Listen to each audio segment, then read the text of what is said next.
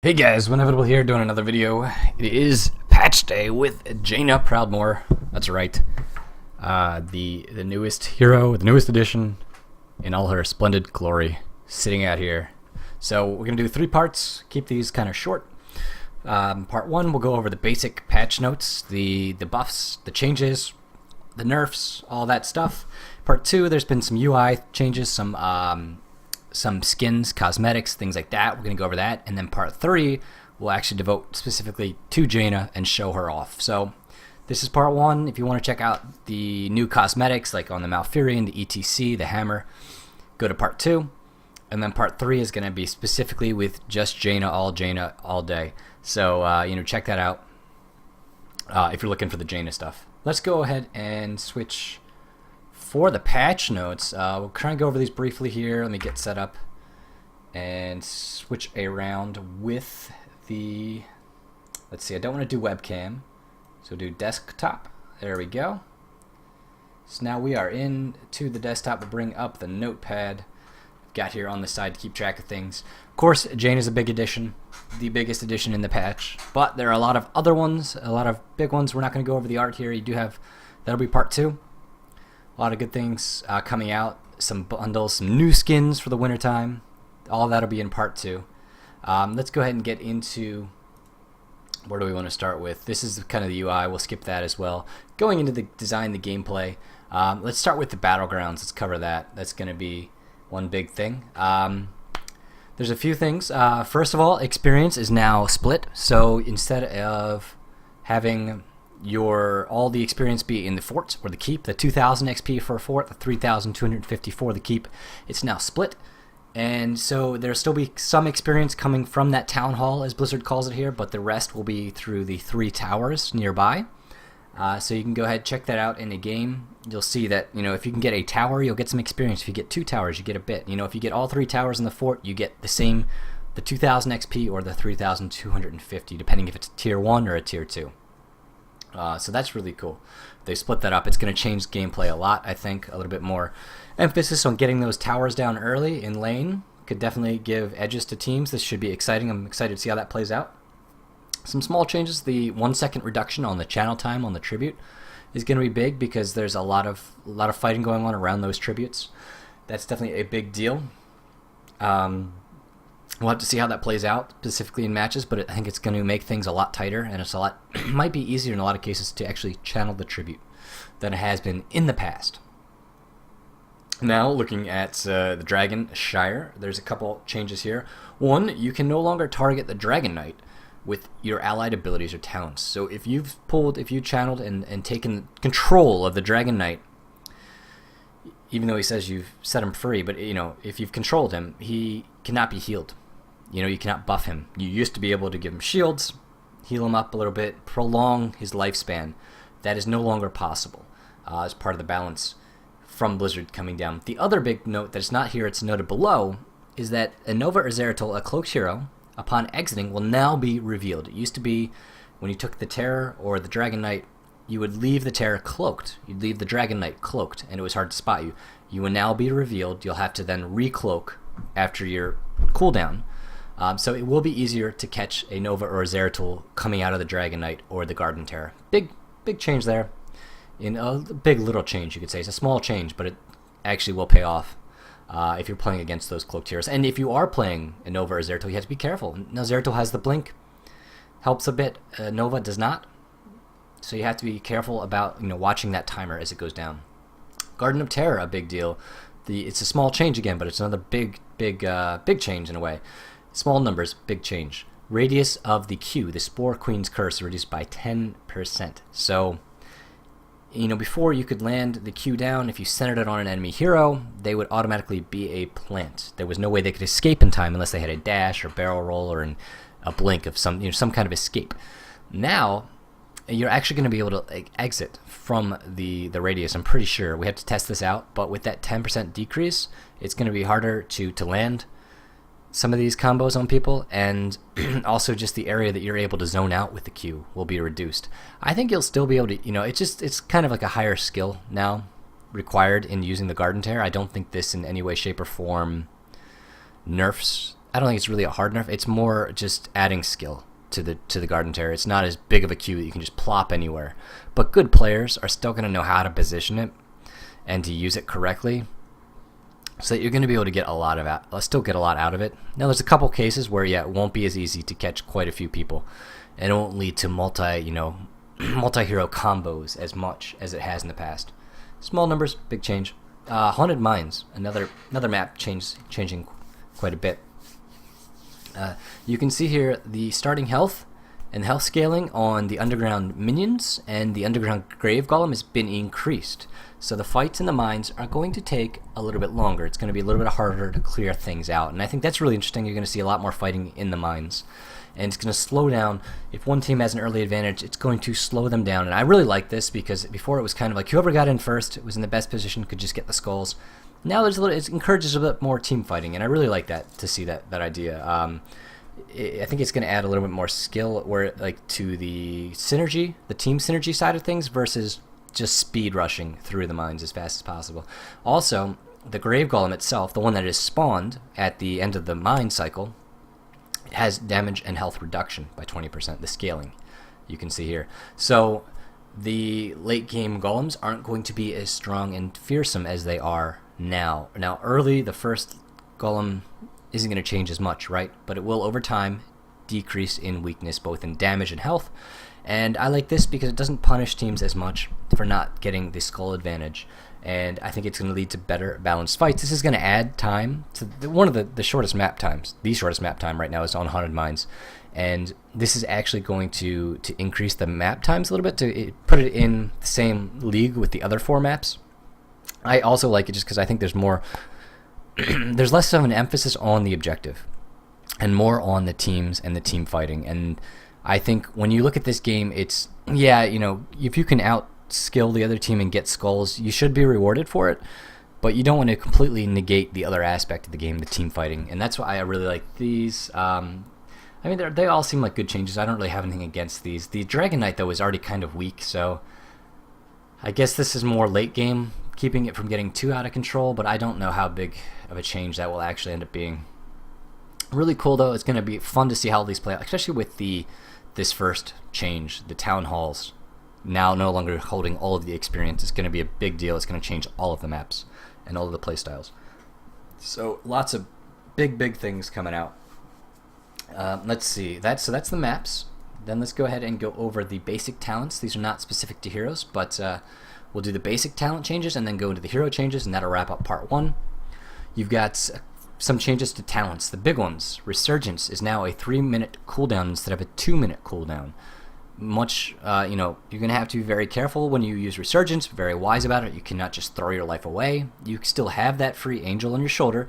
You can still use it well, and I think, like I said, this is more skill, I think, in the game. They're putting a lot of skill with these little changes, because a good hero, a good player, rather, is not just going to... This isn't going to affect them as much. It will be a big deal, yes, in very close games, and it will negate the influence of Resurgence, but I think as long as you're playing smart, you have your head on your shoulders, you can make 3 minutes easily if you are just very good about how you die, when you trade your life. And also, if you're pushing an enemy base, it's going to kind of take out some of the power of Resurgence in defending. And that's a big deal, because Resurgence is very strong in that regard, because it just prevents... Well, on the one hand, it does a lot of things, but it also prevents you from sieging an enemy base. If you're attacking them at their keep and they have Resurgences, even if you have Resurgence the same number, by the time you've respawned, then you have to walk across the map, and that line of reinforcement is a lot longer for your team versus the other team. And so, it scales better on the defensive side of things. And that nerf is going to help out there. Other ones, these are all kind of... The one that's not big, the Searing Attacks, is not too big. It just is a display. It displays crit now when the basic attacks are actually functioning, so you get some visual feedback. These 4, the Conjurer's Pursuit isn't as big either. But it is a bit of a buff, and they're talking about doing the same thing with Seasoned Marksman and Regeneration Master, which is I think, a good idea. I already kind of use these talents somewhat. I use Conjurer's Pursuit on Uther almost all the time, and you get an extra 0.5 base mana per second just from taking the talent. You get that bonus. You don't have to get any regen globes to get your first balance, your first buff, first boost, you get it automatically. You get a 0.5, and that's pretty cool to see them doing this for these quest talents, as they call them. So I'm definitely looking forward to seeing more of this in the future, and I don't think that's going to break anything. It'll just reward players that take these. Well, in this case, just this talent, but the other talents as well in the future. Imposing Presence has been buffed. This is a talent where when you are attacked, the enemy's attack speed is slowed from 30% to 30%. Now it's all the way to 50%. Your attack speed's halved. On someone like an Uther, this is a big deal. This could actually definitely start seeing this more, and we'll see on our new Barak this is being added. So a big deal there. We'll probably start seeing a lot of imposing presences showing up in future matches. Promote, a big deal, was nerfed. Now, okay, before it added the health, it had added the damage, right? To the 300% health, 100% damage to a lane minion. Now, and it was permanent. It lasted till the minion died. Now it still does the same health bonus, the same damage bonus, but it's not permanent. It only lasts for 15 seconds. That is huge. Short window of time where it lasts. And you can no longer, well, actually what you will do now is heal the target to full health. So if they were injured before, they got the extra health bonus, but now you're actually going to fully heal them. So what you'll see here is that you can take, the weakest. I'm guessing these are mostly going to be used now. Promote will be used on the front of the lane, the melee warrior minions. The idea is you'll promote them, and then you'll do it right as they're tanking tower shots. So they'll tank, 2 tower shots. You'll promote them. They'll be back to full health with the buffed health and the buffed damage, and they'll tank more tower shots. And that's probably how you're going to see it used. And then the 15-second duration won't be as big of a deal. In fact, I have to say though, even with 15 seconds, they're going to be able to just outlast the tower shots, and they probably won't die. Then the promote will wear off, and they'll die after that. So promote's a very short-term benefit now. It's not permanent. It is 15 seconds from when you cast it, but the cooldown has been reduced to, it's halved to 30 seconds. So you get 1 promote per minion wave. They last for 15 seconds, and then there's a 15-second window where you don't have any promotes if you're using them, as they come up. 15 seconds where you don't. And the thing is with Abathur, I'm thinking for promote here, he's got the 30-second cooldown on his Z, on his deep tunnel. So there's some synergy here. You'll be able to tunnel in, promote, back out, and then by the time you can tunnel in again, you'll have another promote. So it's good. I think this really raises the skill level again. You're seeing a lot of that with a lot of these little changes, adding some skill to the heroes. And to the players, and I think you're going to see players get more rewarded for better play now, which is a good thing. Sometimes there's some puzzling things, but we'll have to see how it plays out and how it works in game. Rewind has been completely changed. Its cooldown was increased. Is now the same as a heroic at 90 seconds on the cooldown, so it's a 50% increase. And instead of subtracting 10 seconds from cooldowns, it completely refreshes all of your basic ability cooldowns. So if you had a 15-second cooldown on an ability, it will be completely refreshed. All 3 abilities completely refreshed instead of 10 seconds. It's just a longer cooldown. So you have to be sparing in using this. You have to know when to use it in those precious team fights. And then, but you're also, the problem with this though is that it's going to be instant on some abilities. I know people are talking about like a Brightwing with 2 polymorphs and how troublesome that could be. So this is definitely going to be changing the games quite a bit. And so those are the basic talents. Let's go ahead and go through the heroes. You can see there's quite a few changes. We don't want to get too into all of them. Big one, we'll go over the big ones. So, and then you can check them out as I'm scrolling through if you want to pause and read the other ones, or go to the link. I'll put that in the description. The cooldown on Abathur's Ultimate Evolution no longer starts immediately upon casting it. It does not begin until the clone expires. So either the clone is killed by the enemy, or its time runs out. Then the cooldown starts. There's going to be a lot more of a delay between clones from Abathur than previously, because you could get that at level 20, you could get the window down to 30 seconds. But now it's still going to be a minute at 20 and then 90 seconds cooldown from when the clone expires otherwise. So a much longer delay. He's going to have much more of an emphasis on split pushing, I think, at this point in the game. Anub and Nova, big change here. Rewind, removed. This made this hero so strong at level 16. It's gone and being replaced with Imposing Presence that we're talking about, that 50% reduction in attack speed, which actually, because of his health, his tankiness, he's the lowest, well, the second lowest health hero, right? Or is he the lowest? Oh, the numbers are escaping me. 4,200 hit points at level 20.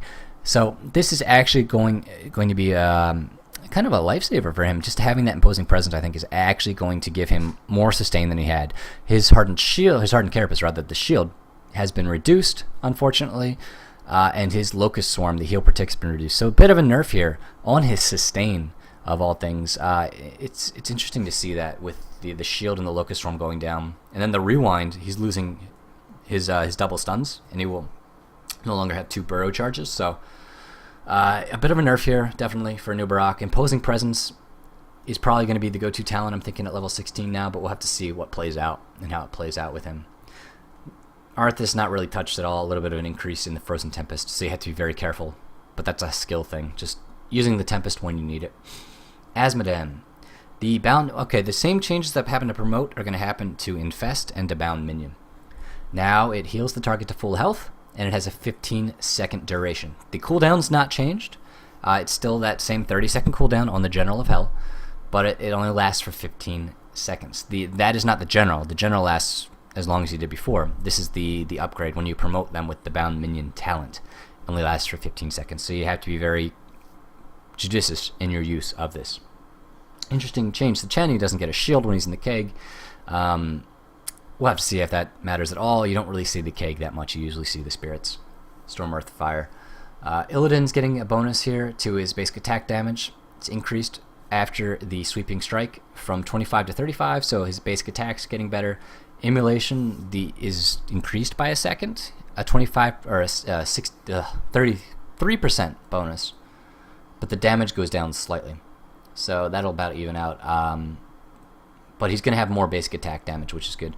Lily, not a whole lot going on yet. They're still working this out. Some buffs. Her initial healing is decreased, but the scaling is increased by 7 per level. So you're talking after level 5, you'll have more healing than you had previously. So at level 20, you're going to have substantially more. You're going to have 15, times 7 more. So 70 plus 35, 105 extra healing with that Q. The Q is going to be stronger late game, is basically what this says. Then the heroic, the Jug. I didn't take Jug of Cups a lot, but it has been buffed a little bit. The cooldown reduced, and the scaling on the healing, plus the initial heal and the range, all been increased. Muradin gets a bunch of buffs to his trait, his second wind trait.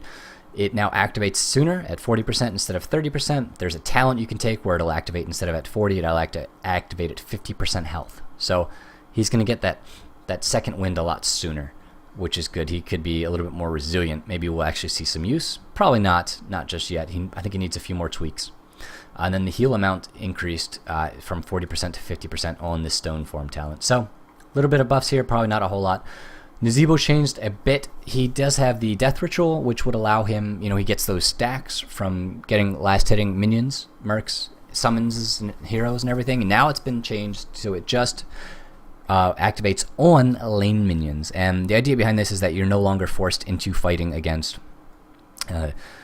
so if you're fighting a Nazebo and you're an Asmodan and you have summons, you don't want to feed the Nazebo stacks into his death ritual, and that's why they removed that. He does get a bonus on each stack for 1 extra health and 1 extra mana, so I think this is actually still going to play out nicely as long as you're in lane farming. You can still get a ton of stacks, and it's going to be more consistent between games. It won't matter on who you're matched up against, who you're playing against. And you could still see a good amount. So not a huge change, in my opinion. The way I played Nazebo, I think maybe a slight nerf here, but with that extra bonus, it's still going to do well as long as you're last hitting in lane. Nova, big changes. The most significant one is that the rewind talent has been removed. She no longer has rewind. That's going to hurt a lot of players out there. Probably see more advanced cloaking at this point. Now, there was a rename on Booster Shot to Perfect Shot, no change, just renamed. Hot Shots also renamed to Anti-Armor Shells. So no longer Hot Shots, it's Anti-Armor Shells. And the damage was reduced, we saw this coming, by 30%. So instead of 330%, it's 300. And I'm almost thinking there might be an alternate build now without Hot Shots that could actually really be viable at this point, possibly. The follow-through. And, of course, without rewind, we won't have double snipes. So we'll see how this plays out. Snipe damage reduced as well. So the Nova days are over. You don't have to worry about getting completely erased by her. They did take the rewind out, and that's going to change that a lot. Sonya, her leap was increased, the cooldown by 20 seconds, but her healing was also increased by 10% in the whirlwind, the E. Still, they're working on substantial changes for Sonya. These aren't groundbreaking. We'll see more coming down the road. Stitches had a damage reduction on his vial gas traits. Tassadar, big changes here. Okay, he's more now going to be defined into either the support or the assassin role, not both. The duration of Archon was reduced. We'll go from the bottom up. His void shift, his E, his ability to escape from battle. There have been some talent increases here, which have buffed the duration, and the cooldown on these talents have been buffed. So, you can actually have a better choice there to build out his escape abilities. Psionic Storm, the cast range reduced by 1. Also, the talents have been decreased. So that the level 1 talent does not increase damage by 20%. It now increases the cast range by 33%. So you'll actually have a range of 12, which is 2 more than you had before if you take it, but you won't have that extra 20% damage. Instead, you'll probably see the Psi Infusion talent, which restores mana per target hit, and instead of restoring 5 mana, it's now going to be restoring 7. So if you get 7 minions, there's 7 minions in the wave. You get 7, it's 49 mana coming back to you, and that's quite a big chunk. And if you catch the hero as well, it's 56. So you could potentially get 56 back per storm. Much longer sustain in lane. Static Charge was nerfed as well. This is the level 7 upgrade to the Storm. Critical Strikes, instead of dealing an extra 100% damage to enemies hit by the Storm from his basic attack, now only do 75%. Also, the time between casts for second strike on level 16 reduced from 3 to 2. So you really can't separate those storms as much. You need to have to space them out too, because they do not stack. His Oracle was buffed. The duration, well, of course, was reduced by 2 seconds, so it's shorter. But you do have these talents that have been buffed. So now the Mental Acuity level 4 reduces the cooldown by an extra 5 seconds, which is huge. That's definitely useful now against playing against cloaked heroes, quite a bit. And then the move speed bonus on this Scryer talent was increased by 5%. Not a big deal. So this kind of, if you take the Mental Acuity, you'll end up with a better Oracle. Otherwise, it'll be slightly nerfed with the 2 second. Here, Distortion Beam, the slow, has been reduced by 5% as well. Opening up more Shrink Rays probably at this point. Judgment, the nerf here is on the damage. Tyrael does not do as much damage with his initiation. It's more about the stun. It's very unfortunate. Shadowstalk was nerfed by 20 seconds on the cooldown. The Empower, the cooldown is instantaneous now, where it reduces your cooldowns by 2 seconds when you hit a target, a hero. So that's instantaneous. Then you get Uther, Zagara are the other two that we'll cover up real quick. Infest, of course, as we already talked about, was the same change. It heals to full health and lasts for 15 seconds instead of being permanent. Creep Tumor, she now has extra health regen.